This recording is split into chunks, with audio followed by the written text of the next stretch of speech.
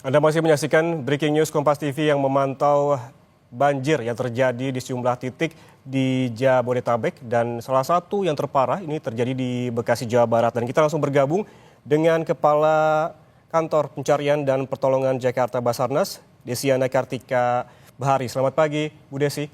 Selamat Ya, siang maksud kami. baik Mas, selamat siang. Bu Desi, Anda sudah memantau sejumlah titik di Bekasi seperti ada di Grand Galaxy dan juga tadi ada sejumlah perumahan mitra yang memang ketinggian banjirnya cukup parah begitu. Bagaimana Anda melakukan evakuasi di titik-titik terparah di Bekasi pada hari ini?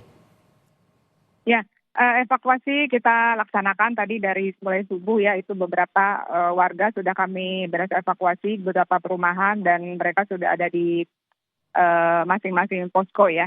Ada beberapa juga yang masih mau tetap di rumah, namun tadi ada beberapa minta bantuan logistik juga karena mereka tidak mau meninggalkan rumahnya begitu. Ada yang memilih untuk dievakuasi ke posko, ada juga yang memilih untuk tetap tinggal di rumah masing-masing. Artinya memang sudah ada posko pengungsian yang didirikan di Bekasi, Ibu. Sementara kalau kami ke tempat yang aman yang sudah tidak ada airnya yang kami pindahkan, nanti dari BPBD yang akan mengarahkan poskonya di mana begitu. Intinya mereka sudah terhindar dari banjir yang merendam rumahnya. Apakah sudah diketahui data pasti terkait berapa jumlah warga yang dievakuasi, Bu?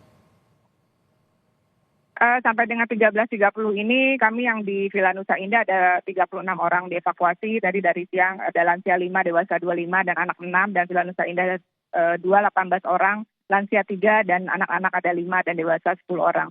Kemudian Kemang Pratama juga ini masih berjalan, ada lansia 4, dewasa 3, dan anak-anak 3. Dan termasuk juga di Kabupaten Bekasi ya, di Cikarang Village itu masih berjalan sampai dengan saat ini. Oke, artinya proses evakuasi hingga saat ini masih berjalan, difokuskan di mana saja, Bu? Di kota Bekasi dan juga sekarang yang agak tinggi di Kabupaten Bekasi. Jadi kita tim kita sebar semua supaya nanti terjangkau bisa dievakuasi segera. Begitu. Ya, untuk proses evakuasi tadi ada 36 orang, termasuk ada lansia dan juga anak-anak. Apakah memang prioritas untuk evakuasi juga penerapan sudah dilakukan terkait dengan lansia dan juga anak-anak, Bu?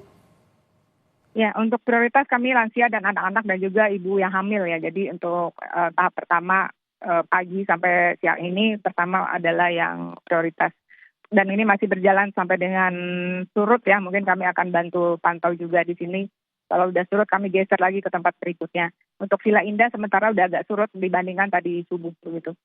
Oke, bagaimana kondisi warga yang dievakuasi? Apakah kondisinya sehat ataukah ditemukan juga yang sakit? Kalau tadi kita masih ada lihat masih sehat ya, intinya sampai ke tempat aman masih sehat, mungkin hanya kurang asupan makanan aja. Oke, lalu bagaimana dengan bantuan terhadap warga yang memang telah diungsikan begitu? Apa saja yang mereka butuhkan saat ini? Ya, sampai saat ini juga masih ada beberapa barusan warga ke posko kita untuk menanyakan, ada beberapa yang kelaparan gitu. Jadi sementara kami tim SAR bertugas untuk mengevakuasi dan kami juga tidak membawa logistik di sini. Kami masih berkoordinasi dengan pemerintah daerah. Jika ada yang ingin kami bawakan, kami bisa bantu untuk menyampaikan ke para pengungsi ataupun yang masih berada di dalam rumah yang tidak mau dievakuasi gitu. Ya, kalau misal di pengungsian lebih mudah begitu untuk menyalurkan bantuan logistik. Bagaimana dengan mereka yang tetap bertahan di rumah begitu? Bagaimana penyaluran bantuannya, Bu? Ya, nah ini yang kalau bisa dengan persuasif ya mereka untuk bisa pindah ya dari rumah karena menurut BMKG juga masih ada curah hujan cukup tinggi. Jadi kalau bisa kami persuasif untuk bisa mereka pindah dari rumahnya ke pengungsian karena memang betul untuk permakanan logistik semua lebih mudah di dropping di pengungsian gitu. Ya. Jadi itu sih beberapa mungkin yang bisa kami lakukan. Ya, untuk paling tidak hingga petang nanti begitu, bagaimana pemetaan terkait dengan evakuasi di Bekasi? Sampai dengan sore ini masih sama lokasi yang ada, sudah kami mapping ada 17 lokasi yang masih kami pantau juga sampai dengan sore. Dan sambil kami juga koordinasikan mana lagi yang harus kami evakuasi, apakah sudah semua atau masih ada lagi sebelum kami meninggalkan lokasi ini. Begitu. Baik, terima kasih banyak Ibu Desiana Kartika Bahari, Kepala Kantor Pencarian dan Pertolongan Jakarta Basarnas atas waktunya bersama kami di Kompas TV. Sehat selalu.